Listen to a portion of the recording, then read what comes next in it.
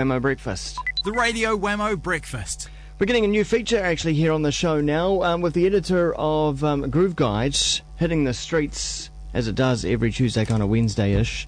Sam Wicks, g'day to you. How you doing? I'm really good, man. Nice to have you in the Kiwi studio. It's good to be here. Now, it's of course the Groove, Real Groove, that ended sort of, what was it, October? R.I.P. Last issue in October with Liam Cohen on the cover. Yeah, and then and now everything's kind of reconfigured, reformatted into this weekly street press. Yeah, so what we did is the promise that we put out there was we'd fuse the two magazines, and I think we've done a solid job of that. We've kept a lot of the writers from Real Groove. Yep. We've doubled the size of Groove Guide, and the aim is to deliver a slice of both mags every Tuesday or Wednesday, depending on where you are in the country. And it's still got that balance of, okay, here's what's happening now, but also that kind of editorial, more in-depth, sort of interview-focused stuff as well. And there's a fine line you need to walk with that, because actually my editorial last week talked about a column we have, Chart Attack, that the ex-editor of Real Groove, Duncan Grieve, writes. Yeah. And he basically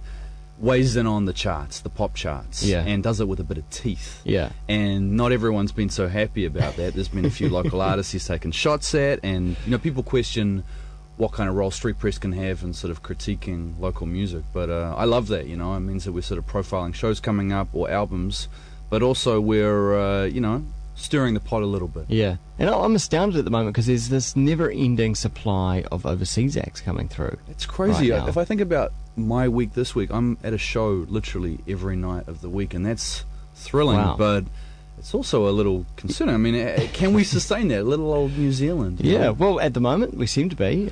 We seem to be, yeah. It feels like it's this one recession-proof industry, right? Yeah, yeah. Although they are playing a lot of shows at Logan Campbell, which I saw Cairo Knife Fight and Queens of the Stone Age at Logan Campbell's last night. Still a horrible venue. Is it? Bring back Nothing's the St. changed. James.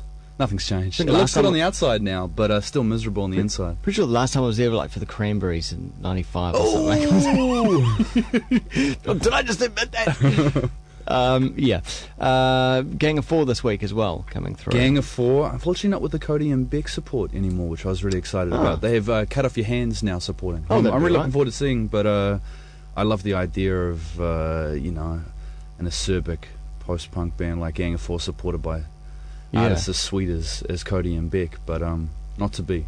On the front cover of the mag coming out this week is Mr. Barnaby Weir, yeah, who's got a solo album dropping next week. He does the tarot card rock.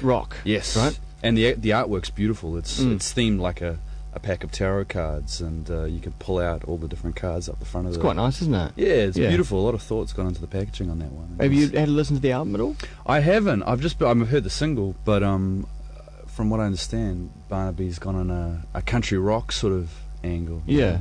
And I guess it's that whole Fly My Pretty thing that has sort of brought that out, and we know it's been simmering there, but it's nice to finally hear it all. Yeah, in one go. Is he the most hard-working man in New Zealand music? Could be one of them, eh? Yeah, he stays on it. Yeah. He reminded me actually when he came in a couple of weeks ago, because I said, "Oh, this is your first solo project," and he goes, "No, what about Flash Harry?" Well, yeah, that's what I also thought, because they're billing this as his first solo album, but then I think Flash Harry straight away, which was on a much more funky buzz. It was a great release.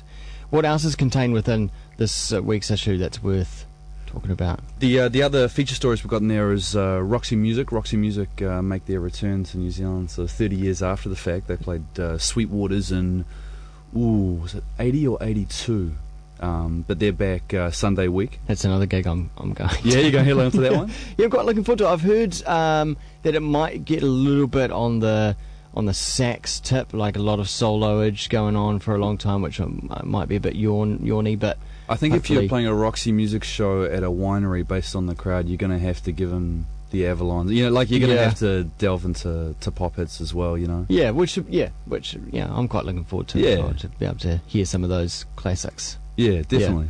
Yeah. We've got Canadian punks DOA in there who also make a return, and dubstep man Lorne, who's also making his way down. So we've got a cover story based around a new album, and then a bunch of live artists coming through. As a man with his finger on the pulse, dubstep, Have we hit the peak? Is it gone? Or are we kind of sliding down the other side of that? There's something that I need someone to explain to me about Kiwis and bass culture. Like, we just love to feel it in our kishkas, you know? So there's something about dubstep that I just don't think is going to pass anytime soon. We like to be in front of a big sub and to feel it in our guts. So for some reason, like the whole drum bass thing, I totally got it. Right? Yeah. You know, I was 10 years in Christchurch. I couldn't help but get the drum and bass thing. This dubstep thing.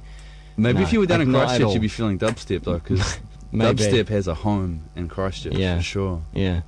Okay. Yeah, I think it's bass culture. You know, whether it's reggae or drum and bass or dubstep or an emerging genre called 3-beat that's also got a ton of bass in there. There's just something about it that we need. Yeah, someone needs to do a PhD on it or something. I'm sure it's happening. Maybe Carl Stephen could hip you to who's writing about bass culture in New Zealand. Exactly. Well, Sam Wicks, thanks so much for coming in and telling us about the latest issue of the magazine, and it is going to be hitting the streets mostly tomorrow. Right? Mostly tomorrow around the country, with Barnaby Weir on the cover. Choice.